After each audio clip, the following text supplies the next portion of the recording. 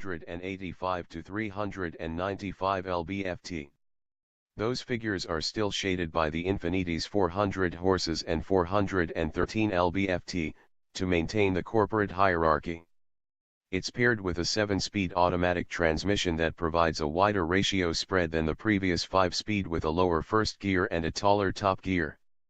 Unfortunately, the Petrol-Cum Armada is between 100 and 300 pounds heavier than the old Titan-based model, so fuel economy hasn't significantly improved, inching up by 1 mpg in the EPA city ratings.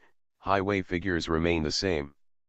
More important, though, the 390 horses are up to the task of moving this fancy carriage, and the smooth shifting 7-speed gearbox isn't lazy about downshifting.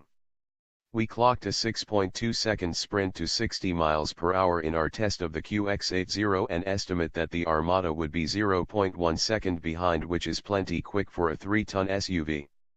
The engine note is a murmur, aided by the Armada's acoustic windshield and front door glass, so this vehicle is a quiet cruiser. The Armada uses the same 4-wheel control arm suspension as the QX80, with steel springs. The Infiniti's optional hydraulic body motion control system is not offered here. We're told the Infiniti is tuned for a plusher ride, but the Nissan feels pretty soft, too. It smothers bumps, even on 20-inch wheels, and while we noted a bit of floatiness, it's far from unpleasant overall. Overboosted steering, though, saps driver confidence, because there is no increase in effort as you crank it off-center. The new Armada isn't quite the big box SUV that the American brands offer, and while it's closer to the international-sized Toyota Land Cruiser, it can't match that vehicle's off-road heroics.